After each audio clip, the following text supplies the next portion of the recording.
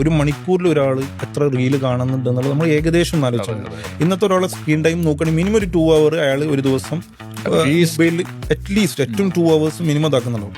ഇതില് ഇപ്പൊ എന്തുകൊണ്ട് നമ്മൾ പറയല്ലോ 0.3 സെക്കൻഡിൽ ഇടണമെന്ന്, ഇത് പറയുന്നതിന് മെയിൻ റീസൺ തന്നെ ആളുകൾക്ക് ക്ഷമയല്ല.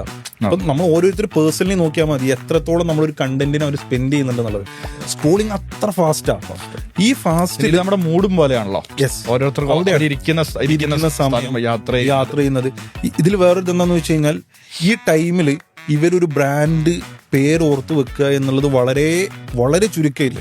അവിടെയാണ് സാറ് പറഞ്ഞ ആ ഒരു പോയിന്റ് വൈഡ് ആവുന്നത്. അതായത് നമ്മൾ സ്ഥിരമായിട്ട് ചെയ്യുന്ന സമയത്ത് ഈ ഒരു ബ്രാൻഡ് ഉണ്ടല്ലോ, ബ്രാൻഡിന്റെ പൊസിഷനിങ്, അതായത് ആ ബ്രാൻഡ് നെയിം ആളുകളുടെ മൈൻഡിലേക്ക് ഇൻജക്ട് ചെയ്യാൻ പറ്റിക്കഴിഞ്ഞാൽ സ്വാഭാവികമായിട്ടും അത് നമ്മൾ പിന്നെ നമ്മൾ റീകോളിങ് ചെയ്താൽ മതി. അതെ, എപ്പോഴും അങ്ങനെയാണല്ലോ ബ്രാൻഡിങ്ങിന്റെ ഒരു റിസൾട്ട് വരുന്ന അവിടെയാണല്ലോ. ബ്രാൻഡിങ്ങിലും മാർക്കറ്റിങ്ങിലൊക്കെ കൺസിസ്റ്റൻസിയാണ് ഏറ്റവും മെയിൻ ഫാക്ടർ.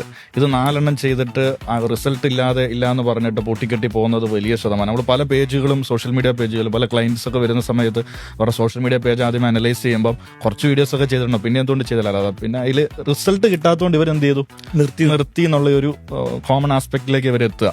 ഇത് ഈ 4-5 ഒക്കെ ചെയ്ത പാടെ റിസൾട്ട് കിട്ടുകയാണെങ്കിൽ ലോകത്തുള്ള എല്ലാ ബിസിനസ്സുകളും അങ്ങ് വലിയ വൻതോതിൽ വിജയിക്കൂലായിരുന്നു.